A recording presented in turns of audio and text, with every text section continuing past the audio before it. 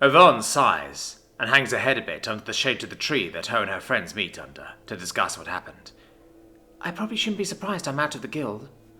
Well, only technically, speaks up Ragnar, to the confusion of my latest resident. Elara continues. You see, while you have technically fallen in duty to the guild in the completion of a major quest, there's technically nothing keeping you from rejoining. Yvonne looks confused. What? Undead aren't barred from joining? Ragnar grins. Not technically. You see, the normal requirements keep undead out anyway. No zombie can sign a contract, for example, but nothing in the charter nor in any of the bylaws specifically excludes smart undead. So, I could come back, but...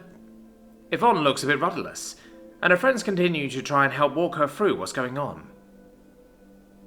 The Guildmaster is fully aware of your unique situation and new obligations, and he asked us to remind you that, even as an Adventurer Guild member, you're technically not obliged to take on any quests you don't wish to. If you feel a quest is too far away or at cross purposes to the dungeon, simply don't accept them. Elara gives her friend a gentle smile. And while you would need to find a party to join, it just so happens the guild has a party that is tragically shy of a member after their latest quest.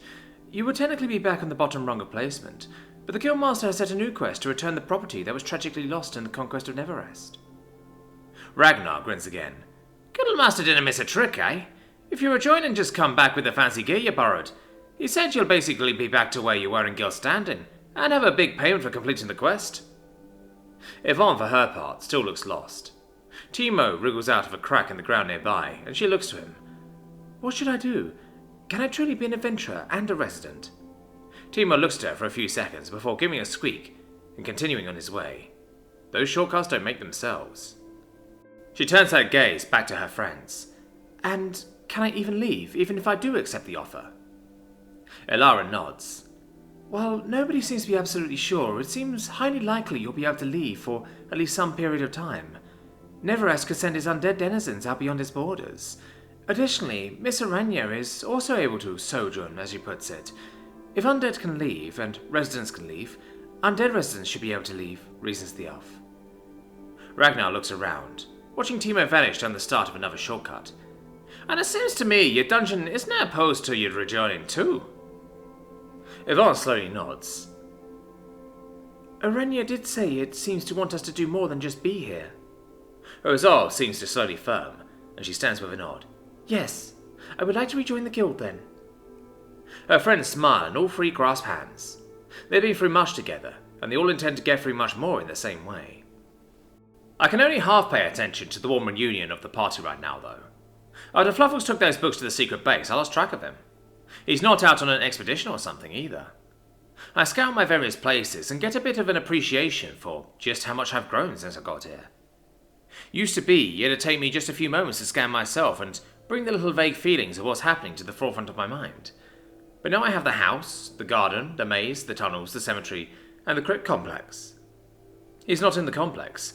That's the first place I checked. I thought maybe he came back to look at the workshop or look at other books. But no. Thing is still all on its own in the enchanting workshop. Looks like it's getting ready to head to the secret base to look over the enchanting books and get an actual idea of how to enchant things. He's not up in the cemetery either. The whole graveyard is pretty quiet and peaceful now, with Grimm's mowing being the only real movement up there. I wonder if the local churches want to come consecrate the place or something. I don't even know if that's a thing. He's not down in the tunnels. Jello is doing Jello things, eating gremlins and other invaders. I kind of get the feeling she misses eating the undead, but seems to be going for quantity of other stuff, rather than the quality of roaming corpses. The Rattlings are also helping mine out various new tunnels and caverns too. They're still not especially good at it, but more room means more room for encounters. I'll probably sit down soon and try to design an actual tunnel complex beneath the house soon. I'll also probably need Coda to help. Soon I will help to plan and make sure the Rattlings mine where and what they need to. It's strange, but I feel like most of what I mine of the walls almost vanishes, while the nodes seem to never lessen.